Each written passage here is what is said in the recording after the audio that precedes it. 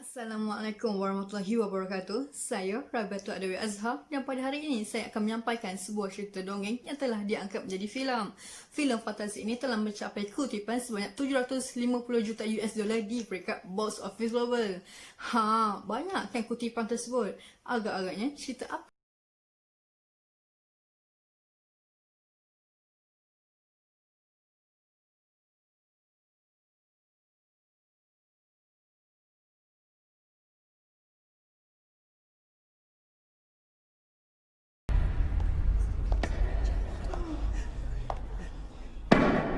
Ni.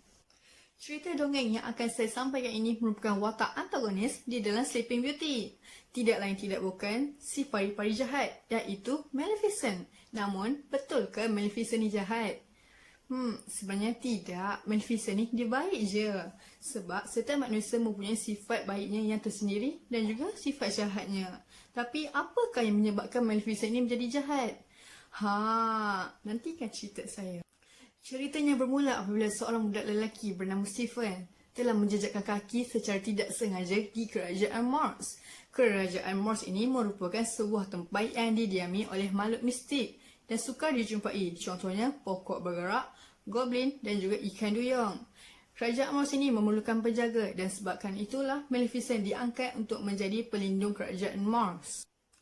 Disebabkan Maleficent merupakan pelindung kerajaan Mars, dia akan menghalau sesiapa sahaja yang menjejakkan kaki di sana.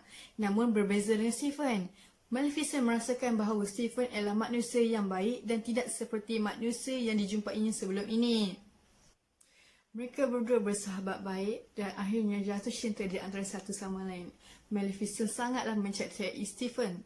Namun, segalanya berubah apabila Stephen mulai tamak. Stephen menjadi tamak kerana dia mempunyai satu impian dan impian tersebut amat mustahil untuk dicapai kecuali dengan satu cara.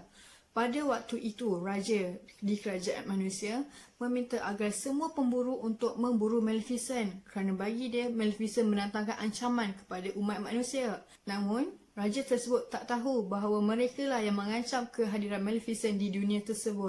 Disebabkan peristiwa itu jugalah Maleficent mulai berjalan menggunakan kakinya. Sebelum ni, Maleficent tak tahu jalan. Dia cuma tahu terbang saja dengan sayap yang dia ada. Dan disebabkan itu juga, Mars menjadi dunia yang sangat lain. Jika sebelum ini, Mars menjadi dunia yang ceria dan terang benderang. Namun sejak kehilangan sayap Maleficent, dunia tersebut menjadi gelap dan seram sejuk. Disebabkan Stephen berjaya membawa balik sayap milik Maleficent, maka raja kerajaan tersebut bersetuju untuk menjadikan Stephen sebagai raja dan mengahwini puteri baginda, iaitu Puteri Lelia. Berita mengenai perkahwinan dan pertabalan Stephen tersebar luas di kerajaan manusia hingga terdengar-dengar di kerajaan Mars. Pada waktu itu, Maleficent dengar akan berita tersebut dan dia langsung tidak mengambil peduli kerana bagi dia, dia akan menunggu waktu sesuai untuk membalas dendam. Sebenarnya Maleficent ni, dia tunggu waktu yang sesuai untuk balas dendam. Bukan pada hari perkahwinan, tapi pada hari kelahiran puteri baginda, iaitu Puteri Aurora. Pada hari kelahiran Puteri Aurora, Raja Stephen telah menjemput 3 pari-pari yang digelar 3 pari-pari bersaudara. 3 pari-pari bersaudara ini merupakan Snodgrass, Fatal dan Switzerland. Ketiga-tiga pari-pari ini memberikan satu kuasa kepada Puteri Aurora dari segi kecantikan, kepandaian dan kesantunan. Namun, Raja Stephen tidak menjemput Maleficent. Ialah sebab berita mengenai Maleficent mati sudah tersebar luas. Jadi, sudah tentulah dia tak nak ajak kan?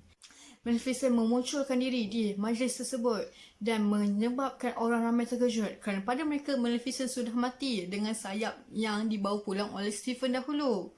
Ayatnya berbunyi, pada hari jadi Puteri Aurora yang ke-16, jari dia akan tertusuk jarum di mesin jahit dan akan menyebabkan dia tertidur selama-lamanya.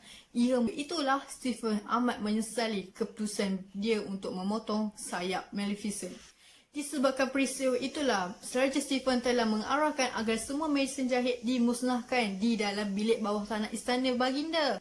Untuk mencegah sumpahan itu terjadi, Raja Stephen telah mengarahkan 3 pari-pari bersaudara untuk menjaga Puteri Aurora di dalam hutan yang terletak jauh di dalam kerajaan baginda. Dan pada waktu itu, 3 pari-pari tersebut langsung tidak tahu menguruskan seorang bayi kerana mereka amat bergantung pada kuasa magic. Mereka bertiga berhasrat untuk membesarkan Puteri Aurora tanpa menggunakan kuasa. Namun perkara itu amatlah mustahil kerana mereka langsung tidak membuat kerja manusia seperti menjahit dan juga memasak.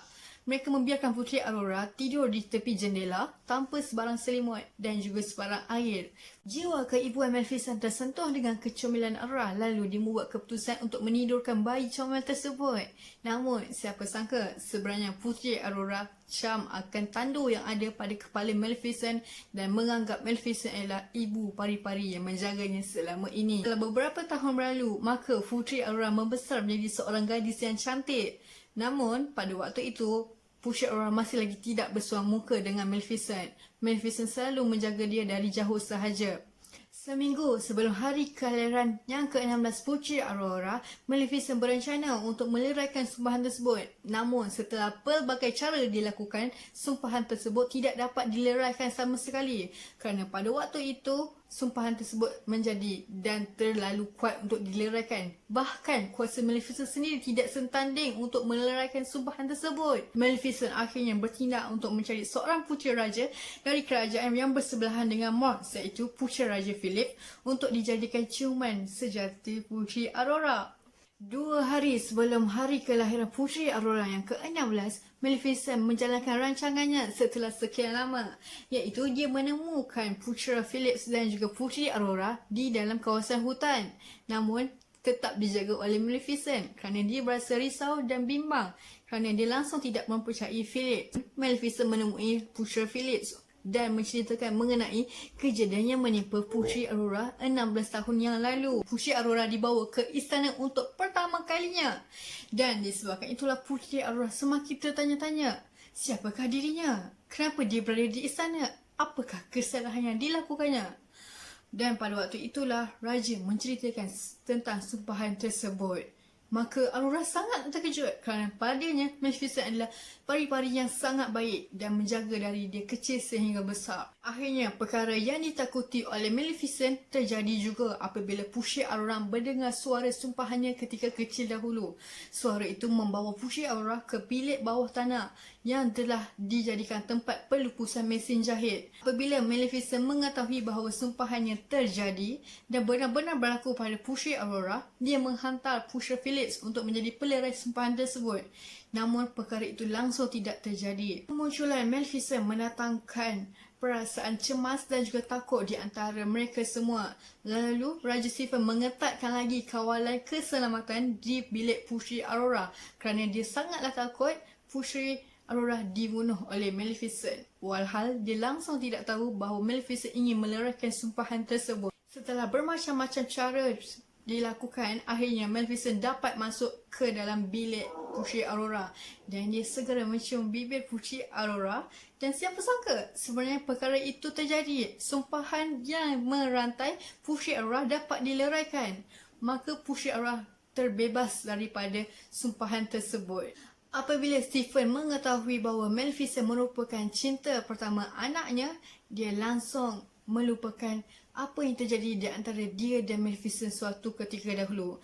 Dia membenarkan Aurora untuk tinggal di Mars bersama Maleficent kerana itulah kehendak anaknya. Maka tamatlah cerita Maleficent yang telah saya sampaikan ini. Terima kasih kerana menonton.